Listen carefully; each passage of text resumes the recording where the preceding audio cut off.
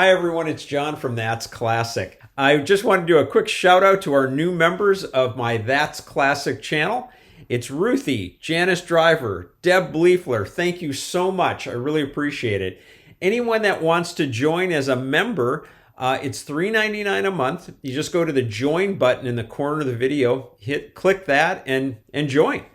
And for that, you'll get an in-depth members-only live chat with me, which is outside of the live chat that I do with subscribers. So we're going to get a chance to be a bit more in-depth.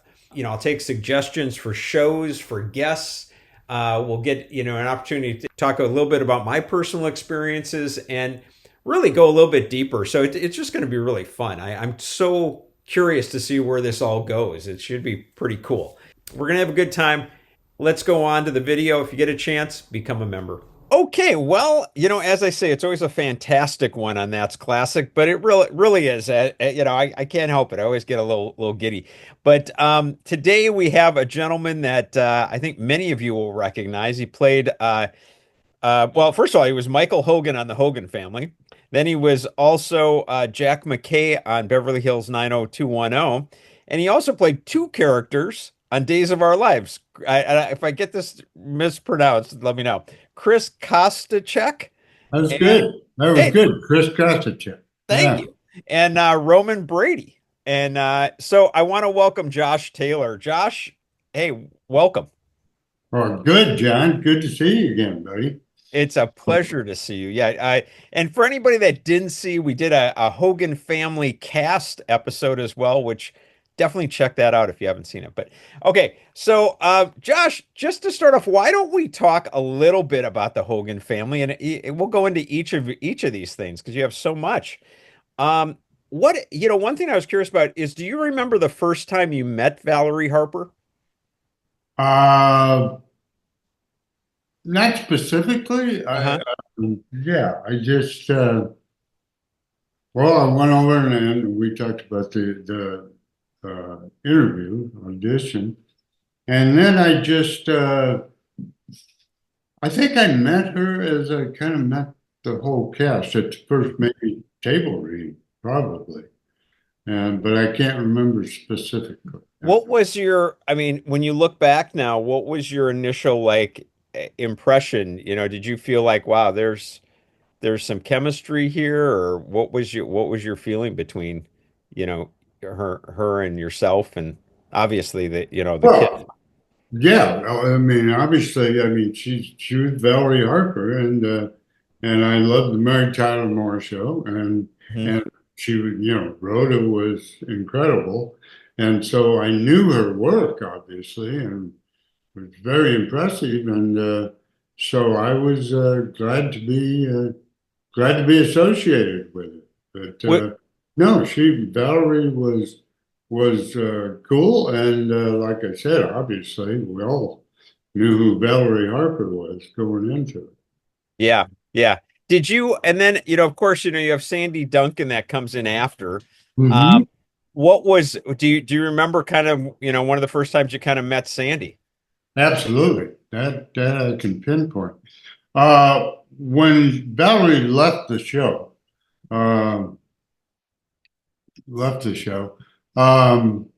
Then they were looking, for something else, and decided not to bring in another wife, but they were going to cast my sister. And I do remember that they came. It wasn't like I gave the okay or anything, but I think they had a list of people to come in and fill that role. And I remember they asked me, I was on the set, and they just said, take a look, see if you got some favorites there, and wow. And there were some really good people on that list, but I remember I was a big Sandy Duncan fan already. Even from her commercials, I was a fan. But before we go on with the interview, I just wanted to remind you to please subscribe to That's Classic if you haven't already, and hit the notification bell so that you'll know when my next episode is being released. Okay, let's go on with the interview. Yeah, she had that United Bank commercial or something. Yeah. But so I just remember seeing the name Sandy Duncan, and I went, Sandy Duncan, and I guarantee you that wasn't the final say so. but I was very, very pleased when she was the one who was going to come play my sister. And the first day I met her, first time I actually met her, um, we were shooting, the pre-show openings. Yes. We were throwing the football around and the songs playing. We were shooting that over in Culver City Hmm. at the park over there. And so we all kind of had our trailers around there. And so I went and knocked on Sandy's door. And when I first got there, and she opened it, and I introduced myself, and we said hello, and I just told her, I said, Sandy, we are thrilled to have you, and I said, I guarantee that, I said, this is a great bunch of people. I said, we have a lot of fun together, and I said, we just want you to come in and have fun with us, and I think she appreciated that, and I Wow. kind of took over. I was a football captain, I guess, at that point. And so I kind of, I thought I'd make her feel comfortable and welcome. And, God, she fit in like a glove. I mean, she and I, we had a great time together, as we all did, and Yeah. it was such a pleasure working with her, and her husband was great too. And Don Korea? yeah, Simon was great. He was quite a performer in his own right, I think, on Broadway. So, Yeah. but he was just a great guy, and it was a pleasure to having her. And she fit like a glove, and I thought it gave the show a different feel. And that's when I had been doing both Days of Our Lives and the Hogan Family for 2 years, basically. I don't know how you did that, by the Year way. and a half. Well, it was. I think. Well, I told the. So I know I'm telling you Yeah, this, go ahead. Tell them again. but no. Yeah, but it was during that time. I told you it was. I think when right when the car phones came in, they were fairly new, a year or two, maybe. I remember they were kind of I, big. yeah, and well, it was right here, and I had a Corvette at the time. I drove a Corvette, and I had it right here. And I swear, what I would do, and we had more of a schedule now. We shoot Days of Our Lives and have been for several years, more like films. We Mhm. can come in, we can do scenes out of three different shows, and then they edit them together. But back then, there was a definite block time in the morning, and then dress rehearsal at one, and then we taped literally at 3:30, I believe, Mm. and we taped, and we could only tape till 6. So it was a definite schedule. So, and then we obviously had rehearsal schedules over at the Hogan Family, and Yeah. fortunately, the days we had moved over on Wilshire Boulevard at that time for a Hmm. short time, so I wasn't as far away because we were at the old MGM studios Sure. city with the Hogan family. But to answer your question, I would be on the phone. I'd go do my rehearsal days. Then I'd get on the phone, and I'm 10 minutes away, run over and rehearse at the Hogan family, run back and do dress rehearsal at days. And I was always on that. Thank God for the car pump. It was like, I'm Wow. 10 minutes away.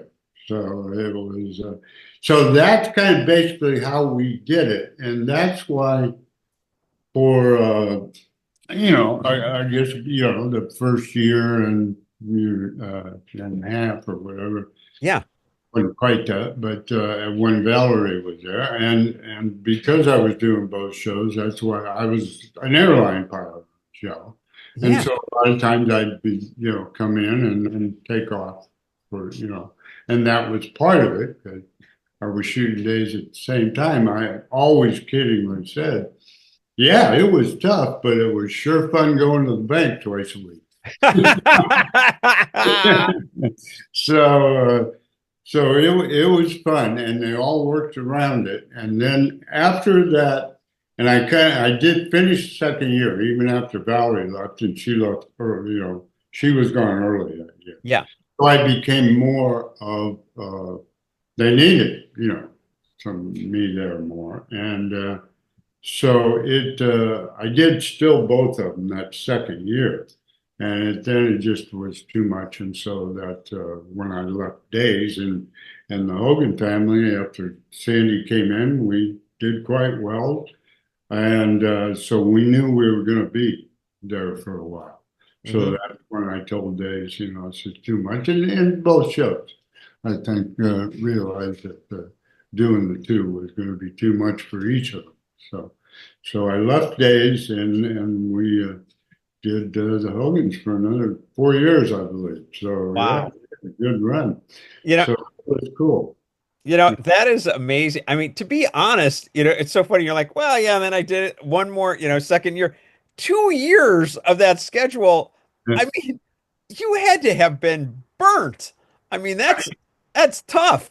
Yeah, again, going to the bank twice a week woke me up. No, yeah. It was just fun first of all, I love being an actor. That has never gone away. I Yeah. still get a rush when I walk in that studio and they say action, it's still a kick. And I've always been very grateful. I love it. I am. And so anyway, so I enjoyed the challenge. I enjoyed the excitement of it. And then when I left Days, and then I was much more involved in the show, and I became the father figure basically. And so I had to take care of my kids, and Sandy and I connected right off as brother sister, and we had so much fun together. We had great talks when they were setting up lighting and stuff. What would you talk about? What kind of stuff did you guys chat about? uh, just different things and then personal things, and there is a funny story, but I can't tell. Okay, fair enough. I respect that. So we would have so much fun talking about our past, romances and stuff like that. Yeah. Yeah, but we had some great times together, and we all fell in love with Sandy, and our whole cast was like that. And as you saw, it was that whole cast, the whole crew. It was such a happy place to be. Mm-hmm. And that's why, as Rich said at the end of this last show, I had the last line, and before I said that last line, I stopped and I looked at the audience and said, "I don't want to say this line." Mm. I was so glad Rich remembered that. That Yeah. meant a lot to me. And that's how much fun we had. And thank God, 35 years later, we're still doing it and laughing about it. Yeah, off camera, you and I had just spoken. You said that you had just heard from Jason, as a matter of fact. Yeah. I finished Black Rabbit. You all haven't seen it. It's great. It is. And so we're all in touch. And so I wrote him an email telling him how good I thought it was and how wonderful he was. And first of all, he knows I'm an Ozark groupie. I loved it too. Me too. I love that series. And I told him that I would chip in. And if you remember, after one season, remember the season where it ended, where they were walking to the cartel leader's house with the lawyer. Yep. And, oh yeah. Boom, I remember the lawyer. It was like wild. I was stunned. Me too. I got on the email. I said, "Damn, you know how to end this season." And then he wrote me back and he said, "The next season starts 10 minutes from that moment." Wow. Wow, cool.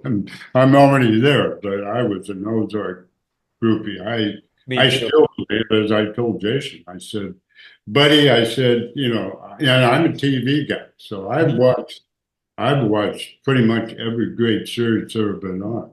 Yeah. 6 Feet Under, Breaking, that. Oh yeah, you got it. All the top ones. Yeah, and so I've watched them all, and I told him, I said, "Buddy, I've seen a lot of great series, but I can tell you this, nobody can say they were the best, the best they can be is tied for first. Yep. And I meant that because it was, if you remember, but Oh, I the remember it really first well. scene was the best opening scene I have ever seen Oh my in the gosh. series of my life, and I've watched it 3 or 4 times. Yep. By the end of that first episode, you were totally involved and Yep. knew what the hell was going on and where we were going, all the way till the end. And Mhm. I can tell what perfect ending.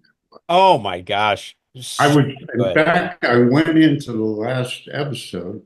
I hope Jason's getting all this. Or he knows this. I've told him the same thing. But I went to the last episode going, this has been such a great series.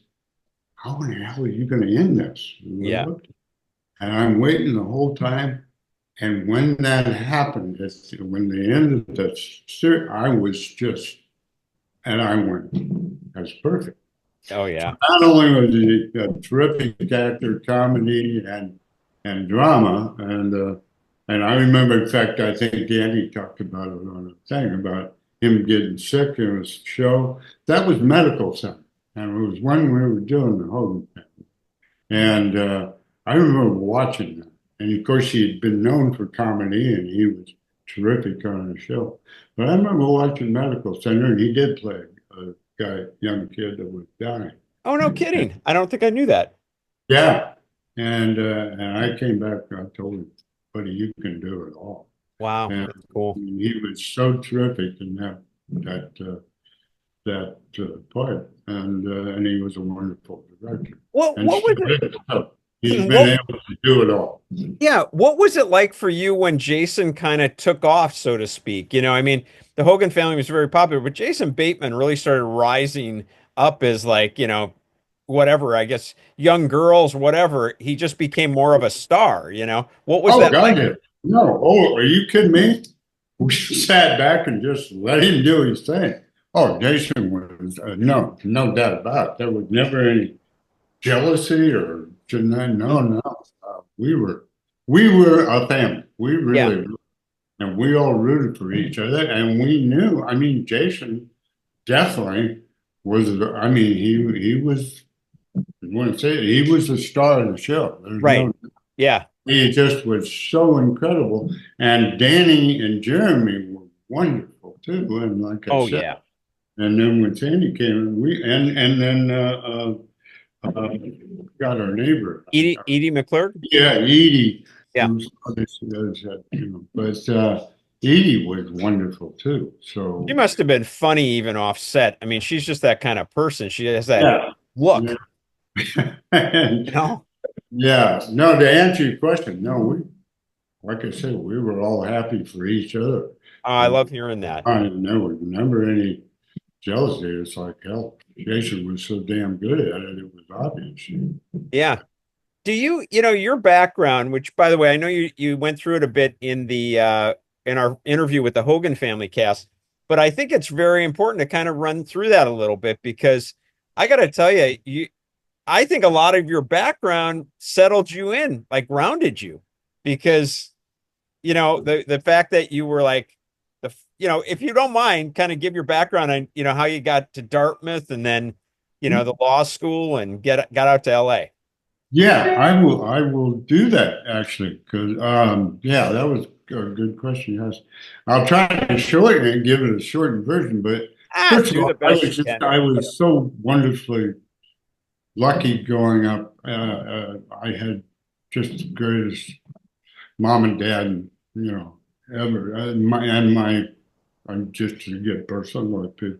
My mother died in my birth, and Oh, was that at your birth? yeah. Oh, I don't think I knew that. Yeah, my dad, then I went and lived for 3 years with my Danish grandparents, in Dixon, Illinois. And then dad remarried to this incredible woman who we never called anything but mom. And she was just wonderful. So I was very fortunate with that. My dad was a football coach and athletic director at the high school and was just an extraordinary one of the most famous Illinois high school football coaches. He's in the Illinois High School Coaches Hall of Fame. Oh my gosh. Football stadiums named after him back home. Holy Taylor cow. Stadium. Yeah, in fact, I always used to kid him. I said, Dad, you better damn well outlive me. I'm going to tell him it was named after me. And so he was just an extraordinary man, and such he's just a wonderful man. He was strong, he was compassionate, he was kind, he was, and he had a tough upbringing, tough way to come up. So I was very fortunate that way. Yes. Yes. So I went, and so both my brother and I were as quarterbacks for 7 straight years. We won 7 straight conference championships. For And your my dad? brother, For your father? yes, we did. Oh Yeah, my gosh, is that yeah, cool? yeah. And my brother actually went to University of Missouri, and he was the Orange Bowl winning quarterback in Oh, 1960. wow. Yeah, and I was there actually in Oh, 1961, Orange Bowl. what a moment for your family. Oh, it was extraordinary. I went down there because I was a senior, and I was being recruited by Missouri and the University of Miami. So it was a wonderful, great time growing up, and I grew up right on the banks of the Illinois River, and my brother and I we took care of the park and all that, and swimming, the county swimming pool, so we all lifeguarded and taught swimming nonsense. But my brother's and I room uh, looked out over the river, and so the barge traffic was heavy. So at night we'd flip our lights whenever a barge came by, and some of the captains were cool enough to shine their lights. Oh, that's So it cool. was that kind of wonderful growing up experience.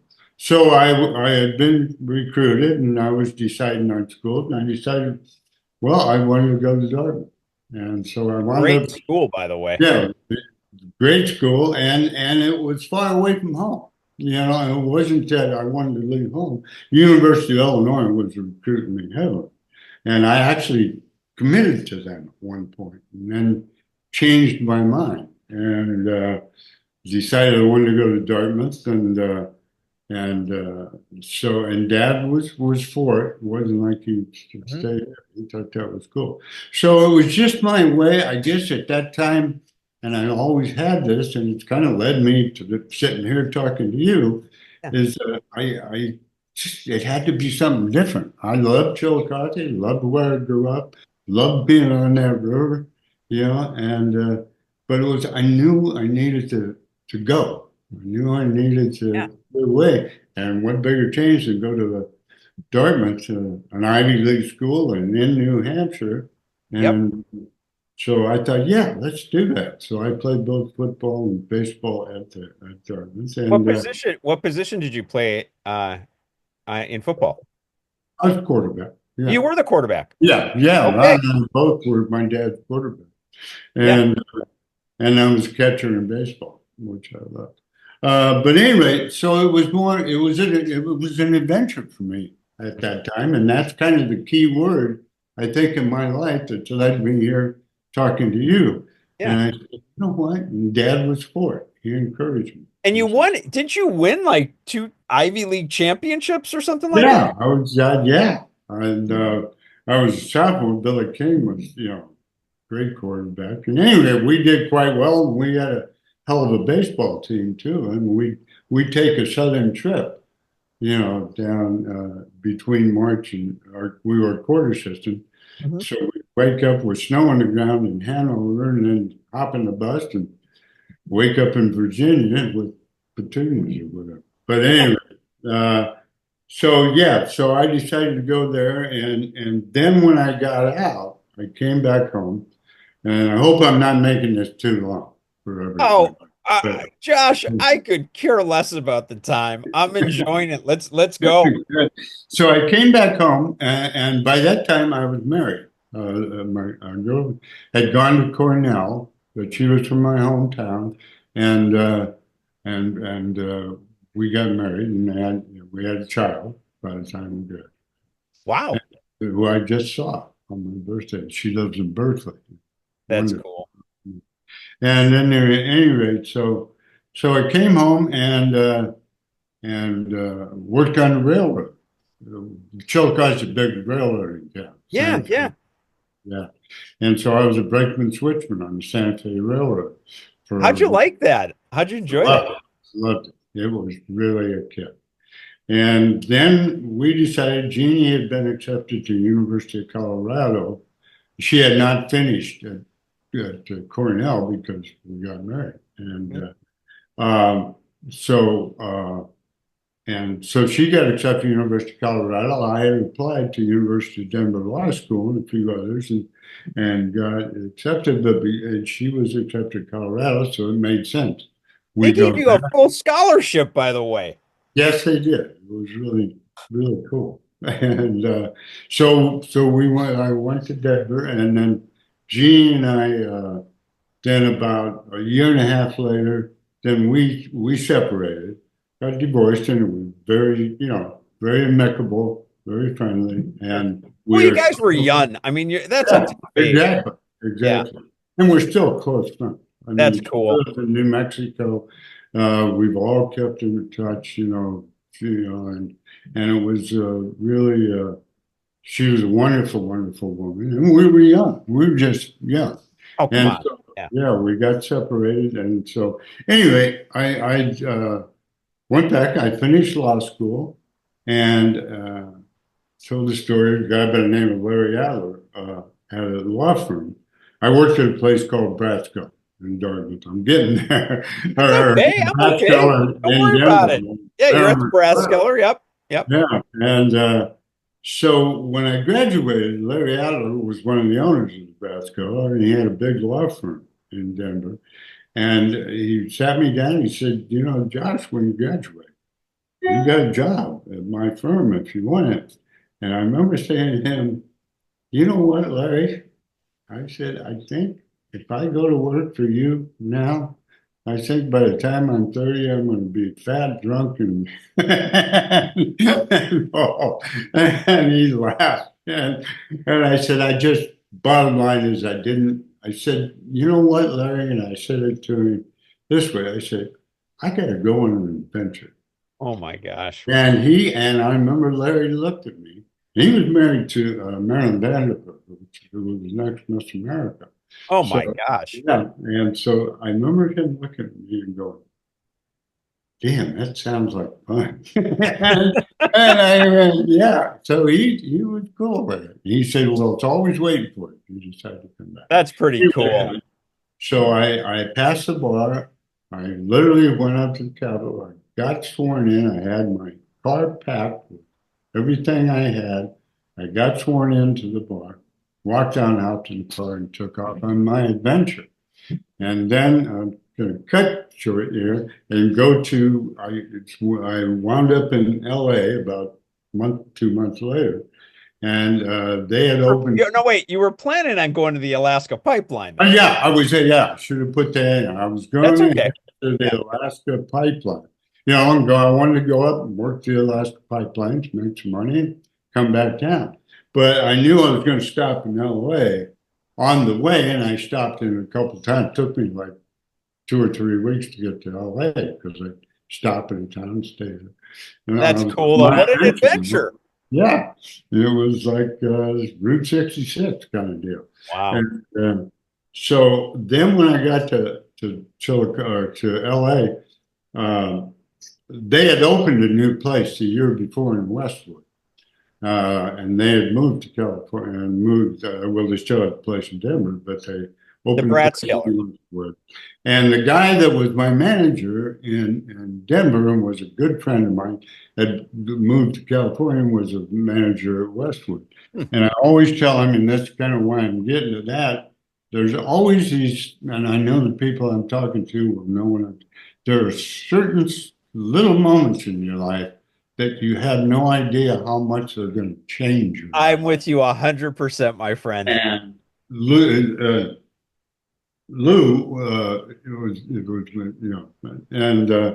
and so I came in, surprised him, knocked on the door, came in, and he goes, "Hey man," and he said, "Let's have a drink." So I said, "You got it."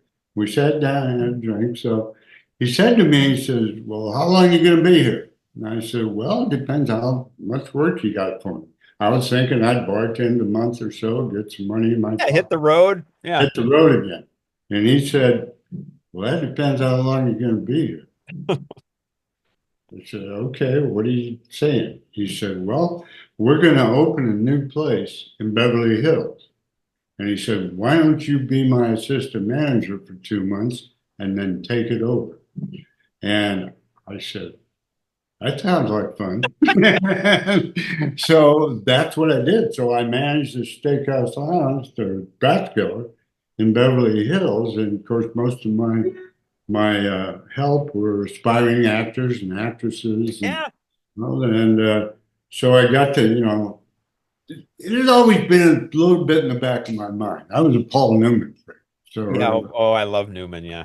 and that might be kind of cool. But Oh, yeah. anyway, so especially with them all around, it was I learned more about what was going on. And a lady came to work for me who was an acting instructor there, but assistant acting instructor. So she needed to up her income a little bit, so she came to me and worked there. So she eventually said, "Why don't you come over to Jack. Jack Garfine was a well known and well respected acting teacher. Yeah. Why don't you come over to the Beverly Hills, acting school with me?" And one night, and I said, "Yeah, okay, all right." I went over there, and I'll never forget. He put us up individually on the stage, and then he said, "Just sit there in the chair."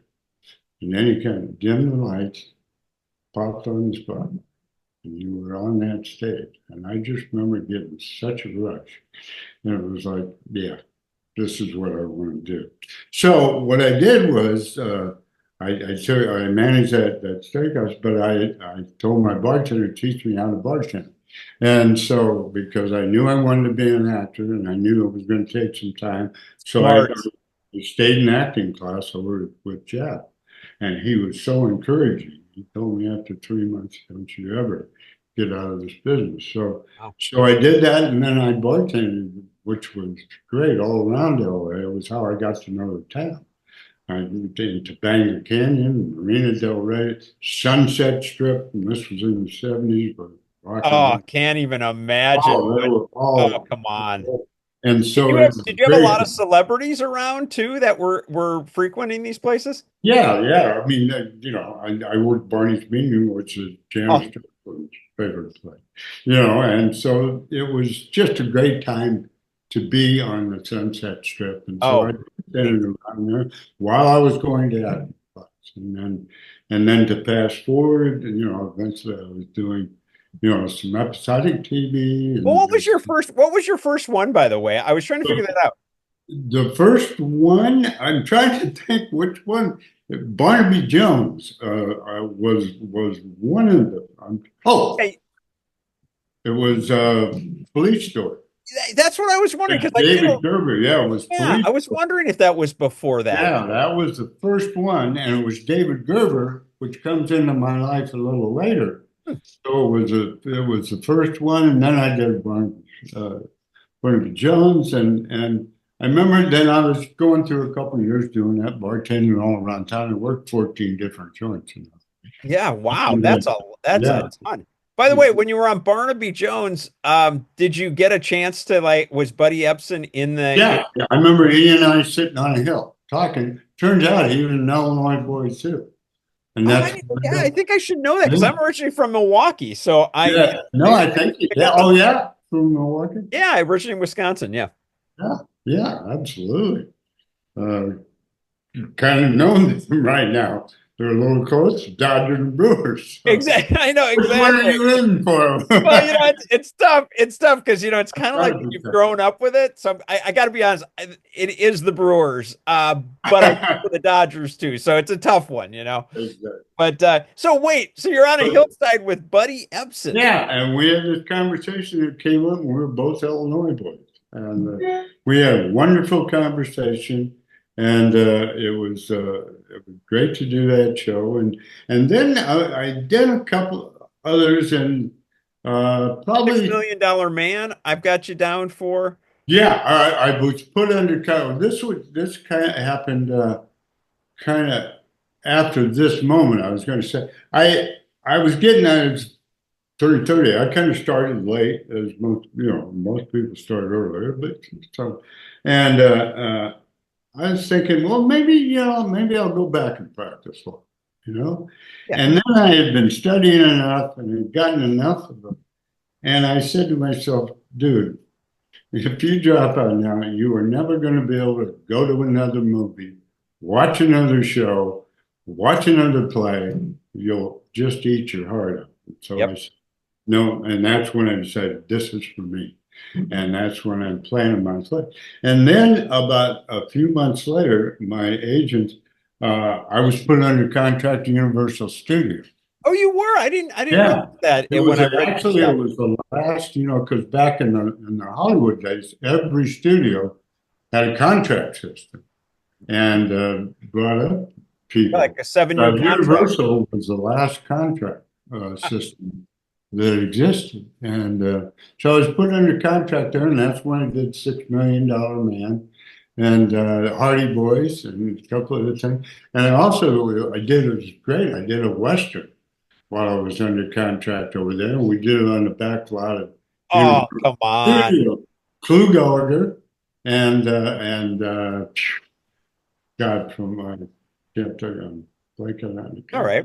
Adam, but anyway, What was Clue that like Gallagher. working on the back lot doing a Oh, Western it was great. It rehearsal? was great. It was really super. And we had the horses out there and all that, and we'd Do you do remember that. the name of that one? I didn't. I should. Yeah, it was a night for a hanging.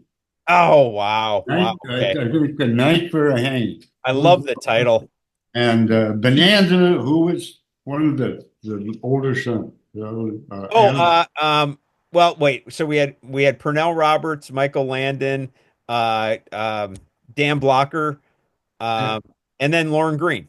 That was Yeah, it was Pernell Roberts. I was it thinking, was Pernell. Okay. yeah, he was, and so he was on there, and Clue Gullah. I remember riding horses behind Clue, and then there was a gunfight in one of the things. What's been fun is all of my nieces and nephews, growing up, when they come to town, I go to Universal Studios. I take them. We've Yeah, been to pretty much all of them.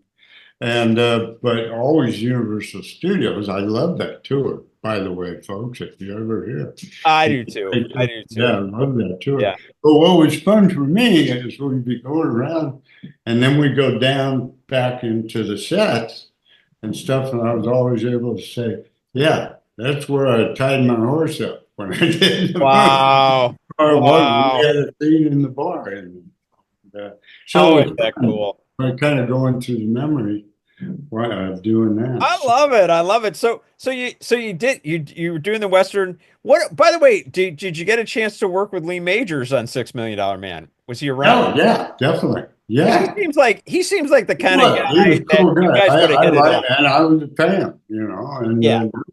in fact, I think he came and got. We had a scene where I was in a ship or whatever, a submarine or something. Yeah, I forget what exactly the setting was, but we were having kind of water coming in and stuff. So we Oh, spent a lot wow. of time in water.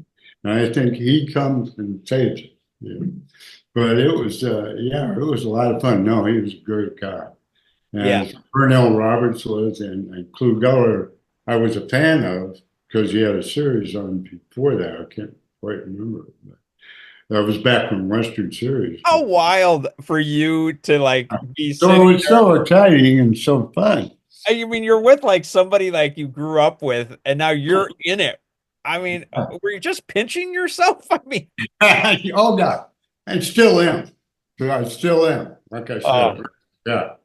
And I still am. I look back and my God, all the things you've been able to do, oh, I mean, it's just all the terrific. people you've met, and it's just been wonderful. So Wow. at Wow. any rate, Yeah. that's how I wound up, and the moment was with Lou when he said, "How long are you going to be here?" Depends how long, how much work. That's all you can do. I still talk to him. He That's lives in Pittsburgh now, has a five-star restaurant there. And I've always told him that moment changed my life. Right there. oh, is that And I've been here ever since. And there's not a day goes by, John, when I'm driving home from work or whatever. I look, I see that sunset out last night, see the mountains, and go, damn, I'm glad I stopped here. And it's I been a love hell of a ride. I love that you've got that gratitude though, that thankfulness. It still juices you. I mean, I just think that that is just a major gift, you know? Oh, it really is. It really is. And that's why I never, ever take it for granted. And it always bothers there are people who do. Oh, me too. That always that And I always, I feel sorry for them. Yep. I feel sorry for them. Don't you? You want to say, don't you know what the hell you said? Yeah. And You're it's not, part of not all this big people of are a as percentage. lucky. Yeah. Yeah. Oh, and we both have no, I mean, believe me, you made it on a much higher scale than I ever did, but we both know a ton of people that came and left or that were great actors and they Mhm. never got anything, Oh, absolutely. Oh, You know? no, no, I think maybe 2% of everybody that comes in town. I'm not even sure it's that high. Yeah, I But hear you. yeah. But no, so that's why I've never taken it for granted. I always pinch myself and go, damn. And it just was one thing to another from the Universal Studios to then on, and I just got very, very lucky. And Oh, you put the time in too, you know. I mean, I did. I yeah, did do that. yeah, In yeah. fact, at one time, I had two series going on. I was in the Hogan Family and Days of Our Life. I was still going to acting class twice a week. Oh my, And just never took it for granted. And wow. after that, Harry Master George was Oh, sure, I remember. I remember hearing Master George. That's funny. Wow. in fact, my buddy Ray Liotta is the one that got me into Harry's class. And Oh, you're Ray kidding. and I become, as we talked about in the other, the thing we did in the Yeah, with Hogan. the Hogan family cast. Yeah, Yeah, you met Ray doing personal appearances, wasn't it? yeah, I was doing, I had exploded. I mean, when I went on days with Chris Kostichek, it really took off. I think, the first daytime character, basically, and it was kind of my idea that at that time, and so guys were, most people were wearing suits and ties and coats. They were doctors or lawyers or Right. whatever. And I went through all the auditions, uh, jean shirt, jeans on, and so when we came, it was back then when I started. It was 19. The hell was it? 77. I think. Yeah, yeah. And it was back uh, when we still had to when I first got there, you had to bring your own clothes. We didn't I wardrobe. no way. That Oh, was come still, it on. didn't last for long after that, maybe a year or two. But yeah, at that time, yeah, Oh, so I I didn't came know in that. wearing my jeans, and I remember the wardrobe guy, Joe, who was a great guy. He said, "No, you can't wear that. We need to have you in a suit." And the character was an engineer, an aeronautical engineer. But my Yeah. take on it was he was a guy that went out into the shop into the shop with the guys Right. and. And he's working on stuff or look. Yeah, yeah, So yeah. it was a blue jean kind of look and belt buckle, the whole deal. And so I said, "Well, Joe," I said, call the producer." I said, "I went through all the auditions, and there were 4 or 5 of them I went Yeah, to." yeah. I said, with this. And I said, "Call the producer," and asked him, and he came back and said, "Yeah." They said, "Go ahead, do it." Well, long story short, and the reason I told that is because that was the situation, and I came on. So I was kind of the first blue jean guy, and of course there was, I think they described the character as a little brash and cocky, and so Yeah. it was kind of a different kind of thing, and it took off. Chris Kostichek took And you off. stood out. You stood It out too. really, Yeah. yeah, it really, and when I say it took off, it was beyond my dreams. Okay, so let me ask you this, because you had put your time in, so to speak. You'd been around it. You've seen guys like Lee Majors, et cetera. Now suddenly you're taking off on this thing as Chris. And I mean, I'm no fool. I look. I've done some acting work. I did a small part on General Hospital, whatever. So I bet. So I got a sense of this.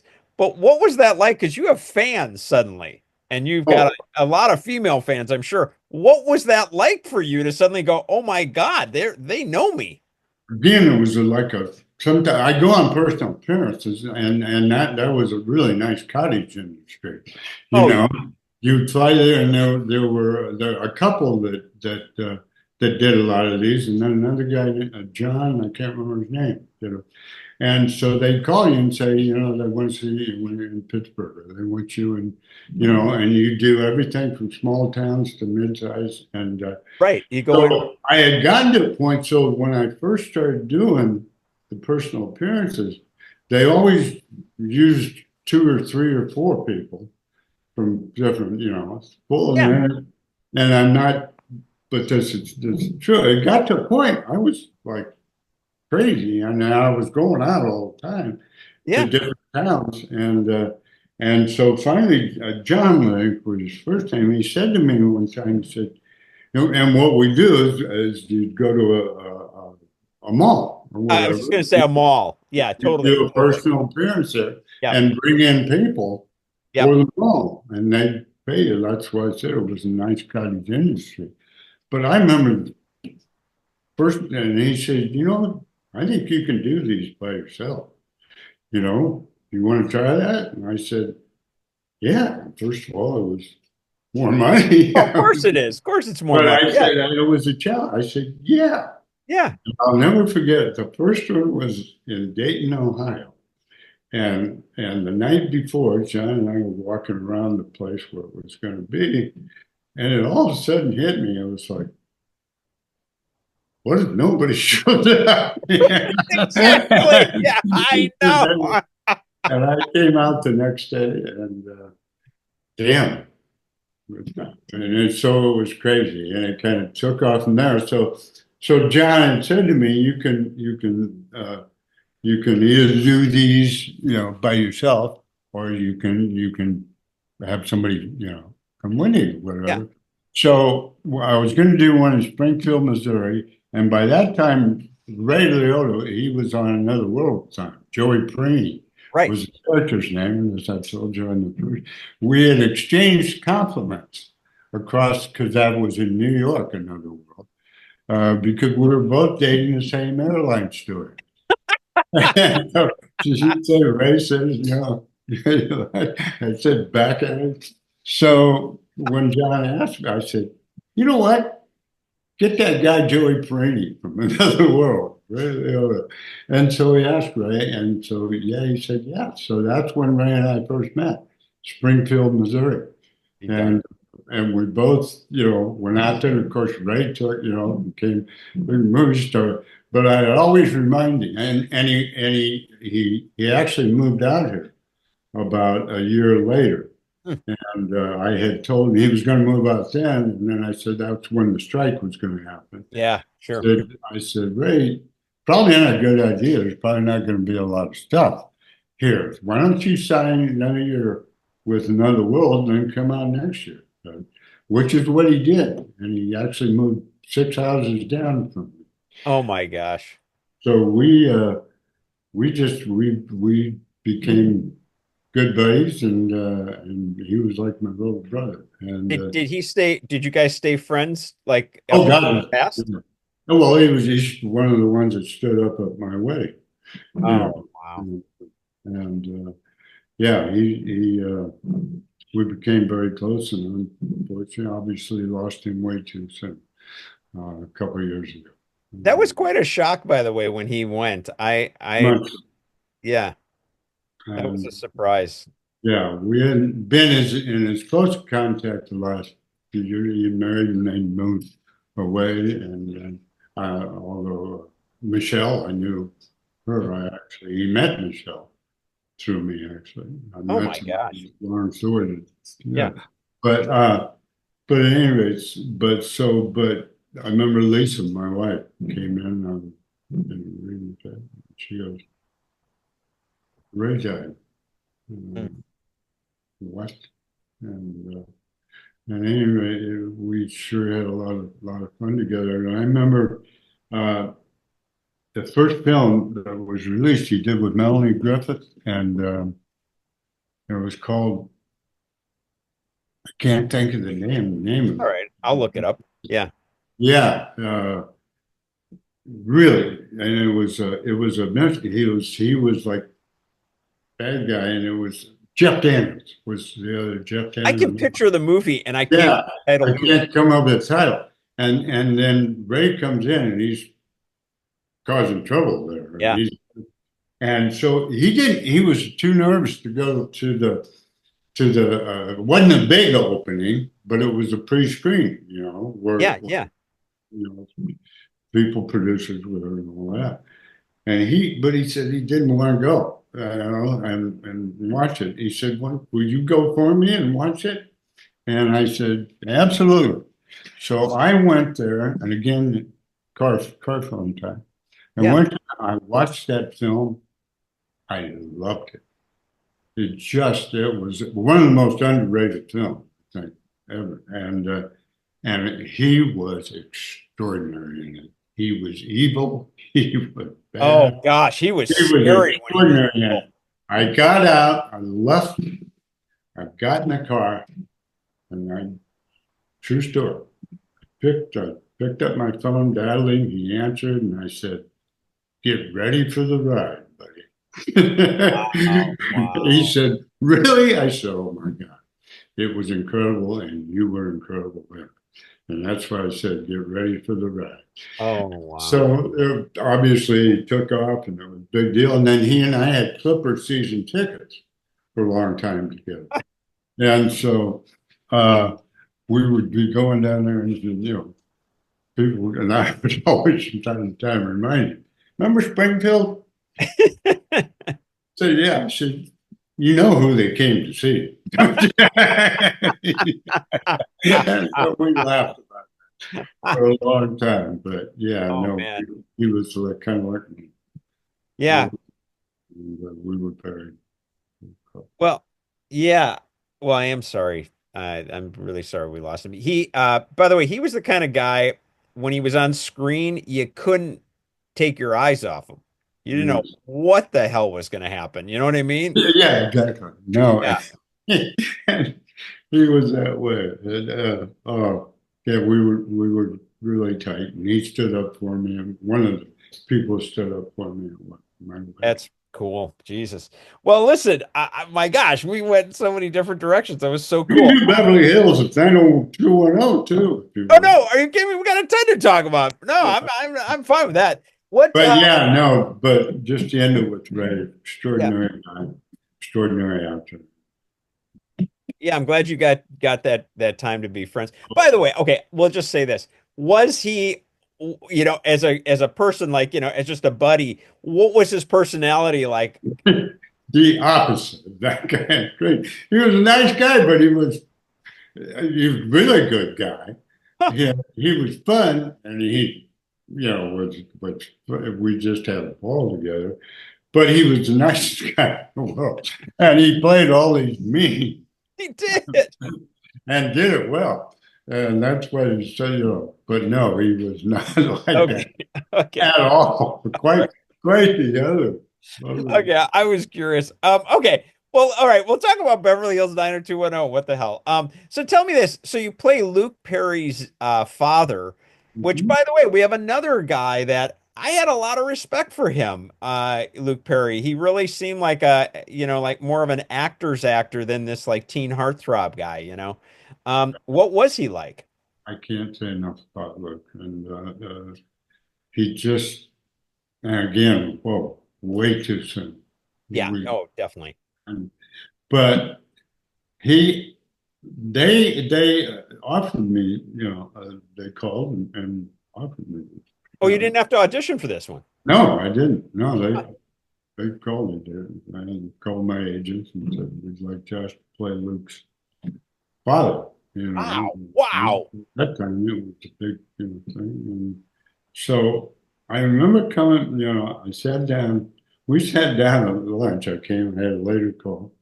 And we were sitting there and we were talking and getting it off. And then somebody said, she said, apparently we were, drinking our lemonade or whatever we were having at the time.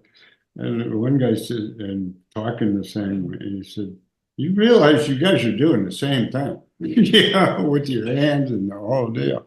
And we connected that quickly. And I can't say enough about Luke. He was an extraordinary guy. We had some incredible conversations. And during the time he was trying to decide whether to leave the show, I had a conversation with him and I said, Luke, this is huge.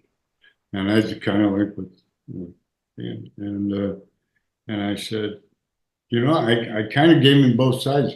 And I said, and he left after what, the first, he left fairly early in the run. I thought he left too early. Yeah. And that's why he came back. Yeah. And I said, so any rate, he did. One thing I remember, he came back. But again, I can't say enough about Luke Perry. Sure. For you people out there who love Luke Perry, believe me, he was worthy. He was such a good man, and he was just such a good actor. Oh, he's very good. We had a ball together, and we worked well together, rehearsed well together. And, what was it like offset between you two? Were you joking around with sure. him? Like I said, we would have some really good, deep conversations about different things, and he was just wonderful. And I just and on the show when remember I actually, and people still think I for real blew. I blew up in the show. Remember the car blow up? Yeah. Kind of fun story. So I'll tell. Sure, please. And I always appreciated Darren Star and the people for this. So I was kind of an undercover, secretary. I was playing, I think, kind of a bad guy, but I was actually an undercover guy, which came out later. Right. Doing good things. But at any rate, when they decided to do that, I really, to this day, am grateful to Darren Star. They called me over for a meeting in Wilshire Boulevard at their offices. I walk in and whole groups, their group. And I remember they told me, they said this, and this is, I can tell now it's far enough away. They said, okay, we're going to blow you up. We're going to blow you up in a car explosion, but you're not going to really be blown up. I was yelling, said, you can't tell anyone. You can't tell Luke. You can't tell anyone. And what they were doing was they were kind of blowing it up because I was, an undercover at FBI or something like that. Right. So they were going to blow me up to kind of get the bad guys off, whatever. And then they said, we're going to bring you back, next year. And their quote was, we want to do some more 10 o'clock kind of stuff, meaning they were going to pick up and do more, I guess confrontational stuff, whatever. Yeah. And we're going to expand it, and we're going to bring it back next year. Well, the problem was Luke didn't. That's when he left. He left in between that, and what the hell I had told him, But he left it in between that time, and by that time, unfortunately, I was able to do some movies a week and different things. Did Secret Life of Kathy McCormick with With Barbara Barbara Eden. Eden. Yeah, which By was the not. by the way, we need to talk about that because Barbara Eden, I think for Oh, I everybody, was will. Oh a God, I total. was the envy of all the guys I went to school with. You had to be. You had to be. Well, but first, let me finish this Yeah, one. go ahead. But Luke had left, so that's why then. But I kidded that we did it in the marina. We did the explosion, and I kidded a lot of people from the office because everybody was coming down to see the explosion. Yeah, But to get back to Darren Star, I was very appreciative. They brought me over, told me, they said, but it's confidential. yeah. But you got to know, then you're coming back. But you That's don't huge. tell anyone. And so that was the whole game plan, and I appreciated them doing that. But anyway, so we were having the day where we're going to blow up the car. And all of a sudden, all the people that worked in the office and everything, everybody was out there. And I said, sure, you don't come back to see us. You come down to see my car get blown up. It was a big deal. And they did it quite well. And so then I came back later toward the end of the season after Luke came back. And then toward the end of the season, he sees me, I think how they did it, sees me on television. So. Hmm. And then we reconvened. So for I think the last few months I was on, and we kind of reconnected in the end. And so it was very cool. But bottom line is I can't say enough about it. Yeah, yeah. That's pretty cool. By the way, on the set itself of 90210, did you ever see any kind of pranks or anything like that? Like anybody like doing stuff? No, and I even got along, with lost her too soon too. Oh, Shannon Doherty? Shannon Doherty, Yeah. yeah. It's because she had a rep as being hard to get Yeah, along. right. I always got along with Shannon. We didn't do a lot together. But then I did, I did Jenny Garth and Tori Spelling's podcast a couple Oh, of years ago. They have a podcast, right? I don't know whether they're still doing it. yeah, I'm not sure. I haven't heard in a while, but Yeah, maybe. they had Yeah, a that would be. Beverly Hills something, but Yeah. so anyway, they called me and asked me to do it. Yeah, I did. So we had a lot of fun talking about it. I love that whole crew. I really and Jason Priestley. Yeah, we got to know each other and ran into each other at a couple of different car races and stuff. He was a car guy, raced cars and stuff. Oh, But did he? anyway, Jason, that whole thing, Brian Austin Green, but and Jenny, I loved working with her. I worked with her quite a bit, more than the other. And I always thought, and I don't mean any offense to any of the other women on the show, but I always thought Jenny Garth was kind of like, I don't know, she seemed to be more like the actress of them all. I mean, she just had, I don't know, she just seemed to have a bit of style to her. yeah, she did. I think they all did a hell of a job. I'm not going to, Yeah, no, no, no, I'm not. but no, and I know you are too. But yeah, like I said, I worked with her more Right, than right. the other characters other than Luke. And I loved working with her. She was terrific. And just really fun to be around. It was a good group. So I will again say that. Yeah, sure. I could say it, and if it was the other way around, I'd tell you that Oh, too. I know you. But Yeah, you no, can do it no, for sure. it was a Um, good group. before I forget, by the way, I want to go all the way back. I just dawned on me, you had your own show. You had Riker. I did. I Yeah. did. It just hit me. I totally forgot about it. It came flying in when we were talking here about the explosions, whatever, because I remember you with that gun. What was that like for you? Because You know what? That goes back actually to the first show I did, Police Story. David Gerber was a producer of Police Story. that's the tie-in. Okay. And David Gerber, and it was several years later, I had popped, by that time Yeah.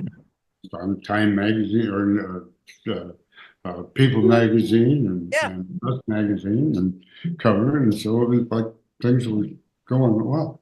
But at any rate, so his company called and he had, and he was going to do this pilot, Riker. And so they called me in, to talk to me about it. I don't know I never auditioned for it actually. I don't know whether he had me in mind from the get-go, but anyway, I wound up getting the title role, Yeah. Frank Reich. And it had a great premise to it. I played a different character every week. It was kind of a combination of Beretta, and there was another show at the time where the guy who played a different character, or not, or different. Like in Riker, one time I was a truck driver. Right.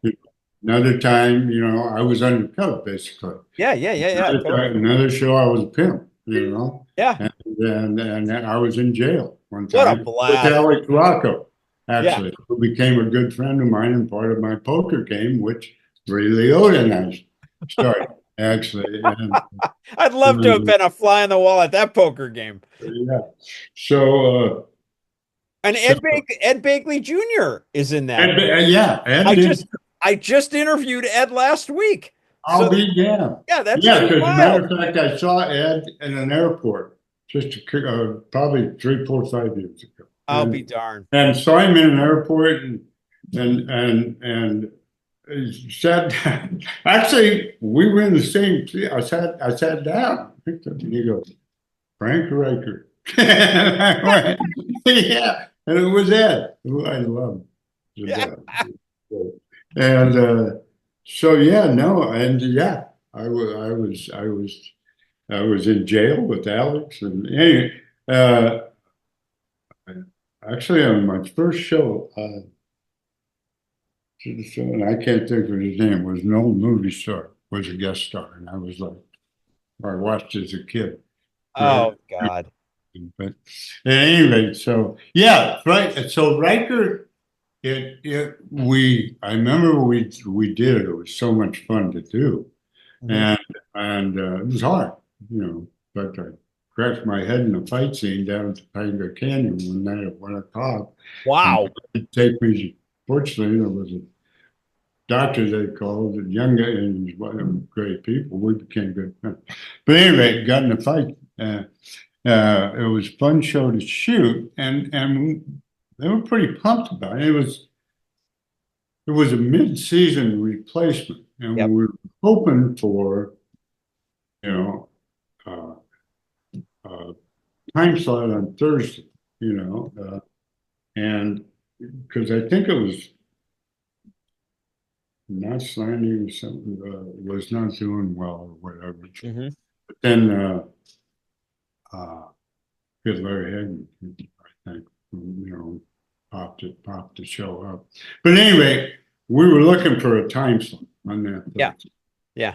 It was a mid-year replacement, and that time slot, the show never went off. It just stayed. So there was no time slot open. And I remember David calling me and said, oh my God, we did not get a good time. We were on Saturday nights, and first of all, which is not great. And No, it's not. it was also back at the time when it was Love Boat or Love Story, and there were two huge series like that Yeah. were just incredible and perfect Saturday Night Live show. Right. So we did not have, it did not work out for us. Well, we got good reviews on the show, but we didn't get picked up. And in hindsight, it's one of those deals where you don't bite the hand that feeds you. I Right. always think, what if Riker had run? What if I run 6 or 7 years and Right. then all this other stuff didn't happen? Hogan Family and Yeah. So Yeah. one of those deals you look back on. I love being Frank Riker. As a matter of fact, I think I have a mirror up here. A girlfriend of mine at the time, she gave me one of my first cats. I now have a dog, Henry, which is my boy. And but she gave me a cat, who I love too. I love cats too. And she gave me a cat, and she gave me kind of a mirror set up, and it says Frank Riker on it. Oh, cool. and I still have it to this day. And we named the cat Frank. So, so yeah, that was a fun way to go. I had some great directors and was able to act with some wonderful people, Mhm. and so yeah, I've had a lot of different adventures. You know, And the Barbara Eden thing, like I yeah, said. yeah. Let's talk about Barbara Eden, please. And by the way, I've had Barbara on the show, and she Oh, is and every. She's she's the just best. incredible. Yeah. Oh, and that was fortunately another time again, you pinch yourself, Oh, where no, I didn't audition. They called and made me an offer. And so we want to co-star with Barbara Eden, on A Secret Life of Kathy McCormick. And so I said, well, that's a done deal. I mean, I was, I don't know what the I was contract in high is, school but sign me I up. Dream of Jeannie was on, and so that's why I said every one of my buddies that I went to high school with, when I told them I was going to go start with Barbara Eden on this movie, they went, "Oh my God!" So, Exactly. I was like, "Yeah, like junior in high school again." But yeah, I dated the prettiest girl in school.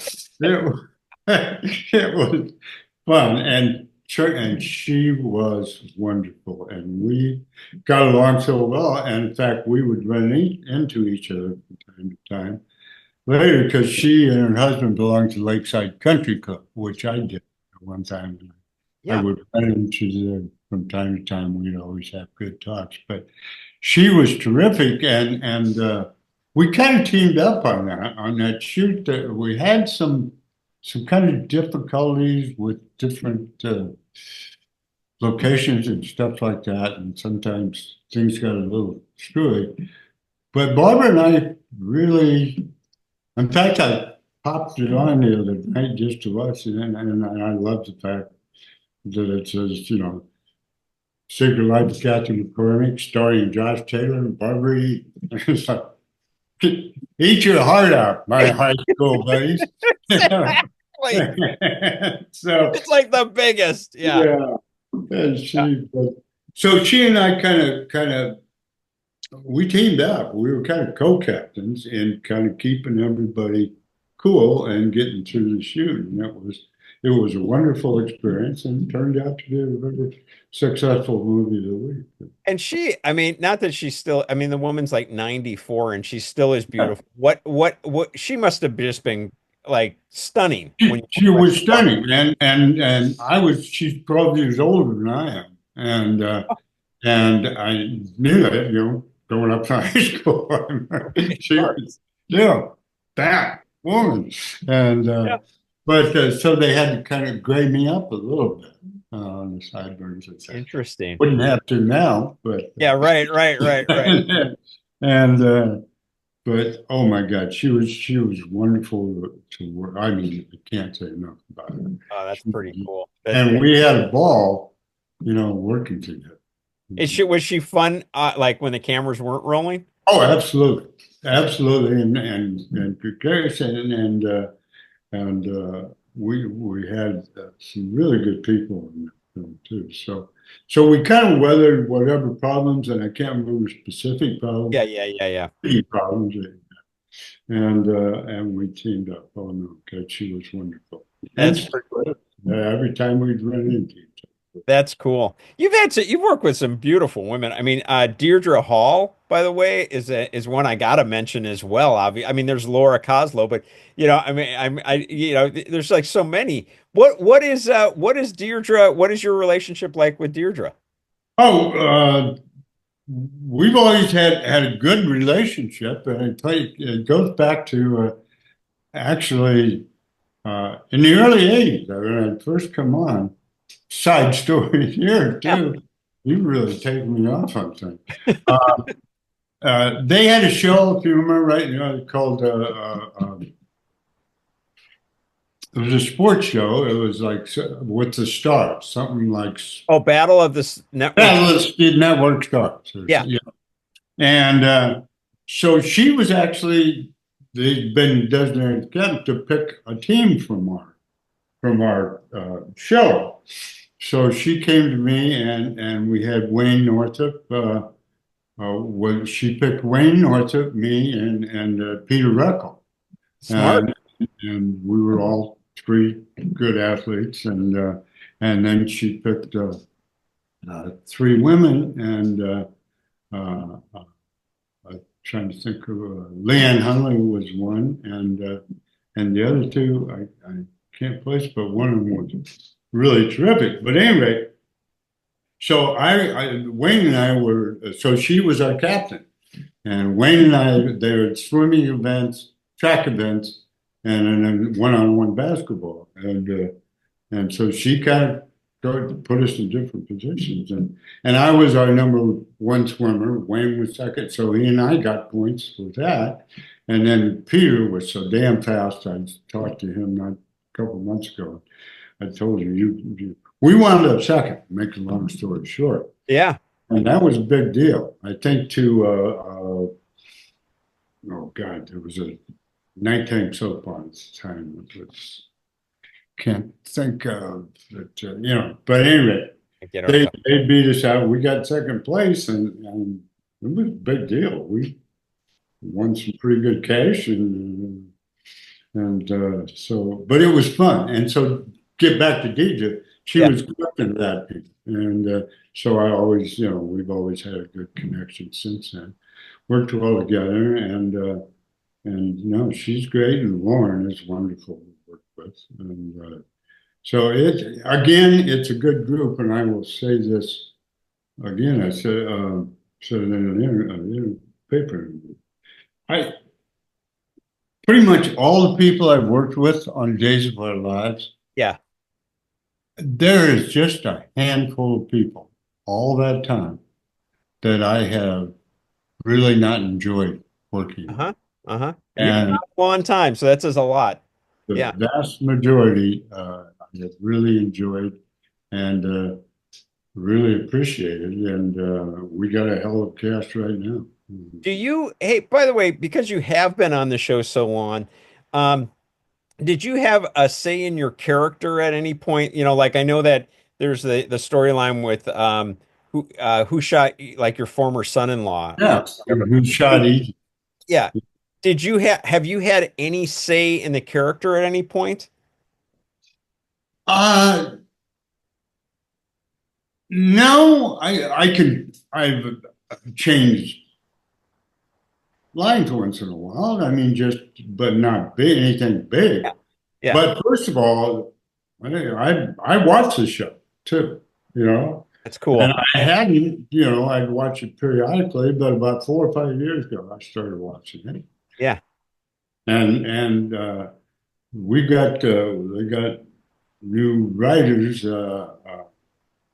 God, time goes by so fast. I know. It feels like yesterday, but it was like 5 years ago. Yeah. But anyway, I'm hooked on the show. I mean, it's got my attention. And the Who Shot EJ still hasn't quite come to a climax, But no, that was fun. And I love the fact that they were setting up, in my conversations with my grandson, Johnny, who becomes the head suspect.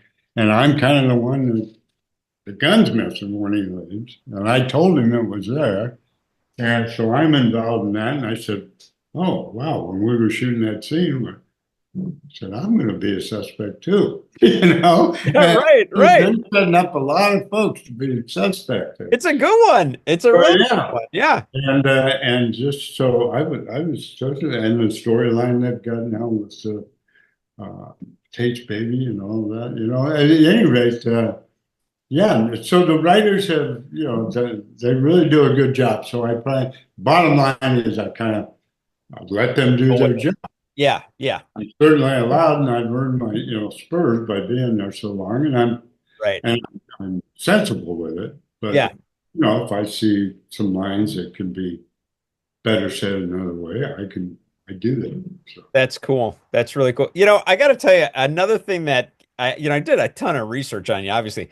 The one that I noticed that I thought about you from your perspective, because you have this, you were an athlete, you were a quarterback, like you said, a catcher, not on a small level. I mean, you took Ivy League championships. When you did the pilot North Dallas 40, what was that? Was that for you kind of like a dream project to be able to do that? Because It I mean, really was. And yeah, Bubba, great defensive end at Michigan State. Bubba Smith. Bubba Smith. Yep. Yeah, was in it. And I loved it. We got along quite well. And I was a big Bubba Smith fan. That's cool. I remember Bubba. Yeah. And and it was fun to shoot. And yeah, I was hoping that would go. And then we waited, and then they replaced all of us. Oh, you're kidding. Yeah, on the show before they did the next pilot, and they did another pilot. It was a few months later. I guess we didn't get picked up or something. And I'm going, seriously? And there were two people on it. I'm going, really? I didn't mean, but Welcome to the they business. could fit the part. But anyway, so they ran it again, and I think it lasted 2 shows. Yeah, exactly. Yeah. It was one of those that you just go, God, it was fun to shoot though. And yeah, you're right. I was living because I love North Dallas 40, the movie. Oh, me too. Yeah. Nick Nolte, the whole Mac Davis, the whole bit. Matt Davis did a hell of a job there, actually. He did a hell of a job. Is right. That's a good movie. No, but I saw that and I thought, I bet you that must have been for you. Like, oh, cool. I hope this baby goes because it's football and I get to. Right. Oh man.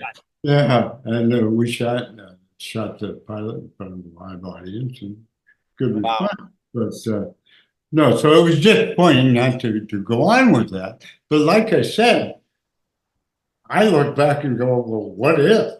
Yep. This might not happen. This might not happen. Yep. So sometimes things that don't happen are the best things that happen to you. Yep, I agree with you. A little piece of wisdom there. I agree with you, though. Somebody else, other people say Yeah. that your failure might be the best thing that ever happened to you. Yep. I look back on my career, and yeah, you don't know.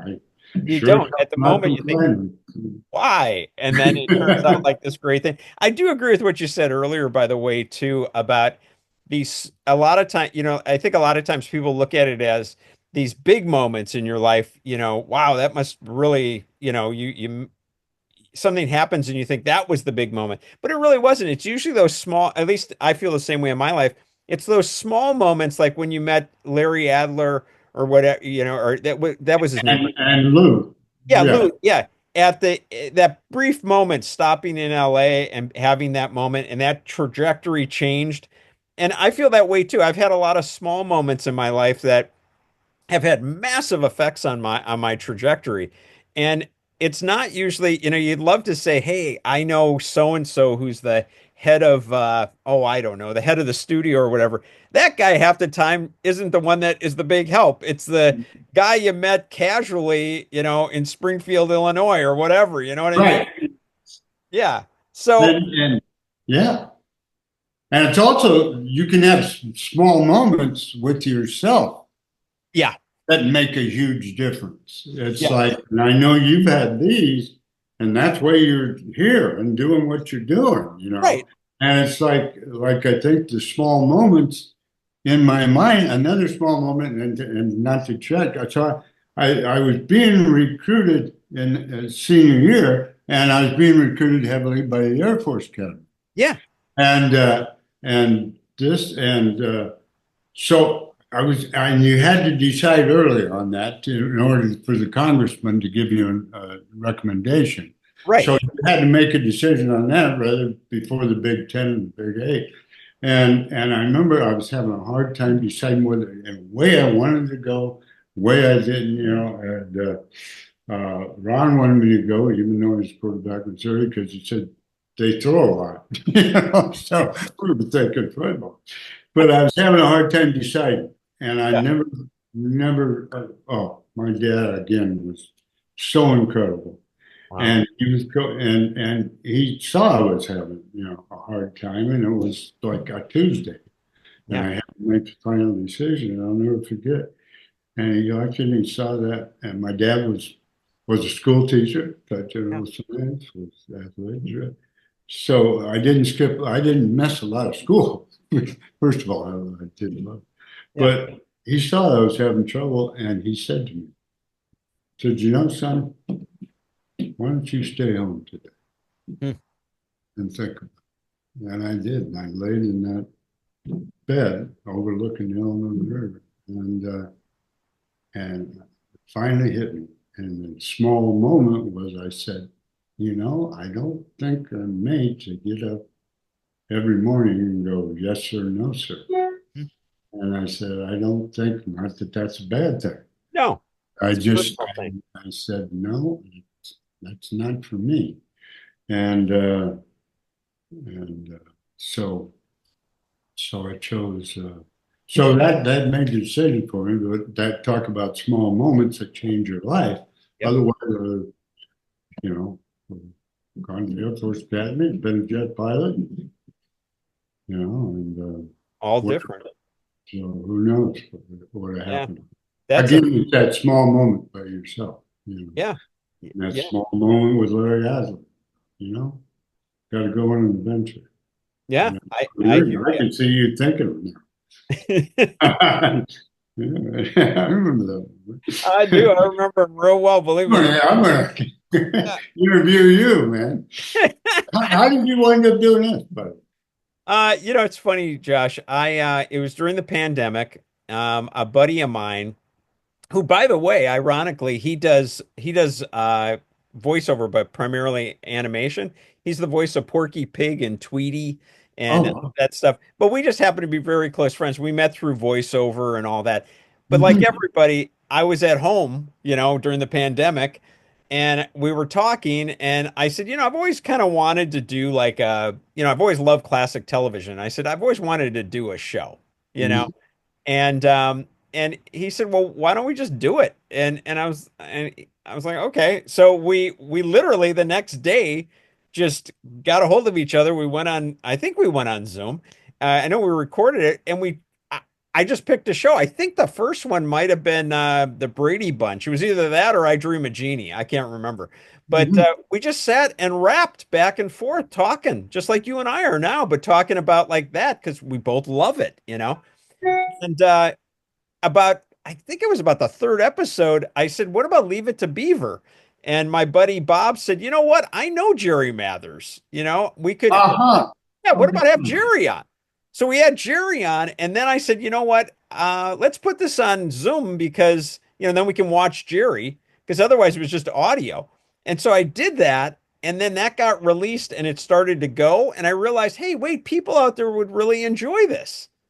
And so and then I said to Bob, I said, "Bob, do you want to keep doing this? Because he's a really busy guy." And he said, "You know what, Cato, just run with it. I think you got to run with it." And so that's what happened. And then it's kind of gone like one after the other. And it's been now 3 years, and I'm still doing my interviews, and I'm still having just as much fun as I was when I started. You know? So yeah, Love it. All right. yeah. Yeah, So I noticed you. Yeah, and you've done other people from days and dark different things. yeah, I've been very, very fortunate. I'm very thankful. People say, well, what is it? You're trying to, whatever.